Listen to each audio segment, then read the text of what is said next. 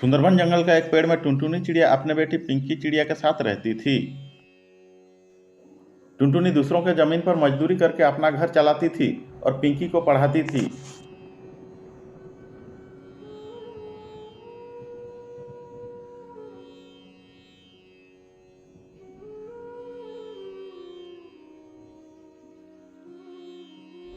एक दिन टुनटुनी खेत में काम कर रही थी कि हठात बारिश होता है और बिजली कड़कती है,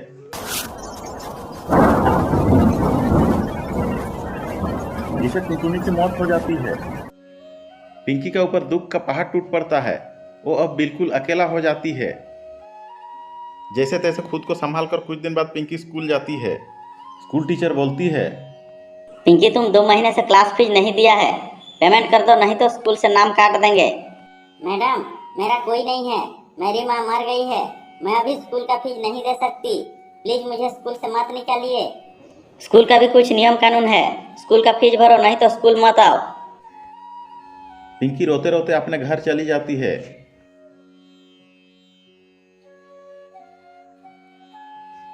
तभी घर का मालिक सेठ कड़कनाथ आता है। ए लड़की, 2 महीने से घर भाड़ा नहीं दिया है, घर भाड़ा दे दो नहीं तो घर खाली करो। सेठ जी, आपको तो मालूम है कुछ ही दिन हुआ है मेरी माँ मर गई है, मैं अभी भाड़ा नहीं दे सकती, मैं कमाऊंगी तो सब एक ही बार में दे दूंगी। नहीं, तुम निकल जाओ मेरा घर से, मैं कोई धर्मशाला खोल के नहीं बैठा हूँ यहाँ। बोल के सेठ कड़कनाथ पिंकी को घर से निकाल देता है। घर से निकाला जाने के बाद पिंकी 2 दिन से भूखा प्यासा एक पेड़ के नीचे बैठा रहा। मैं 2 दिन से कुछ नहीं खाया, खाना के तलाश में जाती हूँ। और पिंकी खाना के तलाश में निकल जाती है।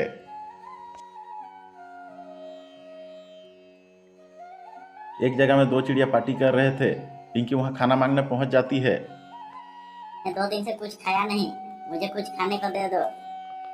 नाच के दिखा, हम तुम्हें खाना दे देंगे।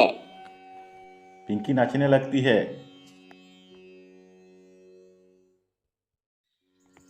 एक चिड़िया पिंकी को धक्का दे देता है। तुझे तो नाचने भी नहीं आता, जा भाग यहाँ से। पिंकी रोते हुए वहां से चली जाती है। पिंकी भूखा प्यासा चलते चलते एक पेड़ के नीचे बैठकर रो रही थी। तभी उसी रास्ते से उसकी चाचा जा रहे थे। वो पिंकी को देख के आते हैं। अरे पिंकी बेटा, तुम यहाँ? मैं काम के सिलसिले से शहर चला गया था, मुझे मालूम नहीं था कि तेरी माँ का देहांत हो गया है। चलो बेटा, तुम अब मेरा घर में मेरा साथ रहोगे। पिंकी अपने चाचा के साथ अपने चाचा के घर चली जाती है।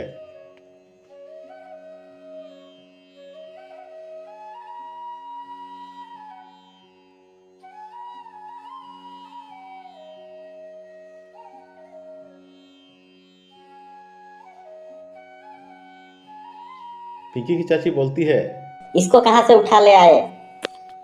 पिंकी आज से हमारा साथ रहेगी। यहाँ क्या अनाथ आश्रम खोल के बैठे हो? इसको यहाँ रखोगे तो मैं मेरे बच्चों को लेकर मायके जा रही हूँ।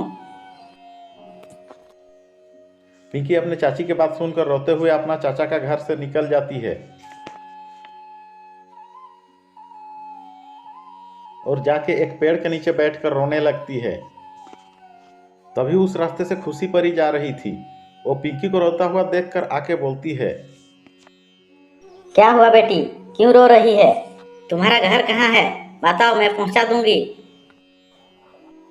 मेरा कोई घर नहीं है, मेरा माता पिता मर चुके हैं, मैं 2 दिन से खाया नहीं हूँ, मुझे कोई खाना नहीं देता, सब मजाक उड़ाते हैं। पिंकी की बातें सुनकर खुशी परी भी बहुत दुखी हो जाती है और अपने जादुई शक्ति से अच्छा अच्छा खाना खाने को देती है। पिंकी खुशी मन से पेट भर के खाना खाती है।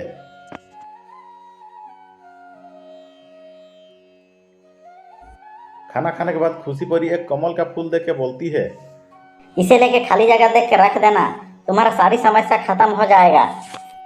पिंकी खुशी परी को धन्यवाद देके कमल का फूल लेके चली जाती है और एक खाली जगह देखकर कमल का फूल को रख देती है। देखते ही देखते कमल का फूल कमल का घर में बदल जाता है।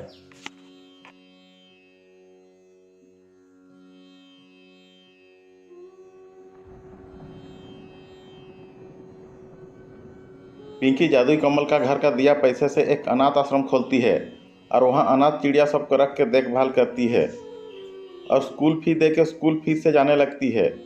एक दिन पिंकी स्कूल से घर आ रही थी तो देखती है उसका चाचा और चाची एक पेड़ के नीचे बैठे हैं। उन्हें देखकर उनके पास जाती है। चाचा चाची, आप लोग यहाँ क्या कर रहे हैं? क्या बोले बेटी, मेरा कपड़ा का दुकान में आग लग गया। कर्जा लिया था, घर बेच के कर्जा चुकाया हूँ। अभी रहने के लिए हमारे पास घर भी नहीं है। किसे आप अपना कहानी सुना रहे हैं, इस भिखारिन को? चलिए चाचा, आप लोग मेरे साथ मेरा घर, हम लोग साथ में रहेंगे। पिंकी के चाचा चाची पिंकी के साथ उसकी घर चले जाते हैं। पिंकी की चाचा चाची पिंकी का जादुई कमल फूल का घर देखकर आश्चर्य हो जाते हैं। बेटी, तुम्हारे दुख के समय हम लोग साथ नहीं दिया, मगर तुम हमारे दुख के समय सहारा दे रही है। बेटी, मैं तो माफ़ी के काबिल नहीं हूँ, मगर हो सके तो माफ़ कर देना। चाची, दुख के समय अपना ही तो काम आते हैं। आप लोग तो मेरे अपने हैं। पिंकी, तुम बहुत अच्छी हो। और पिंकी अपने चाचा चाची के साथ जादुई कमल का घर में खुशी से रहने लगी।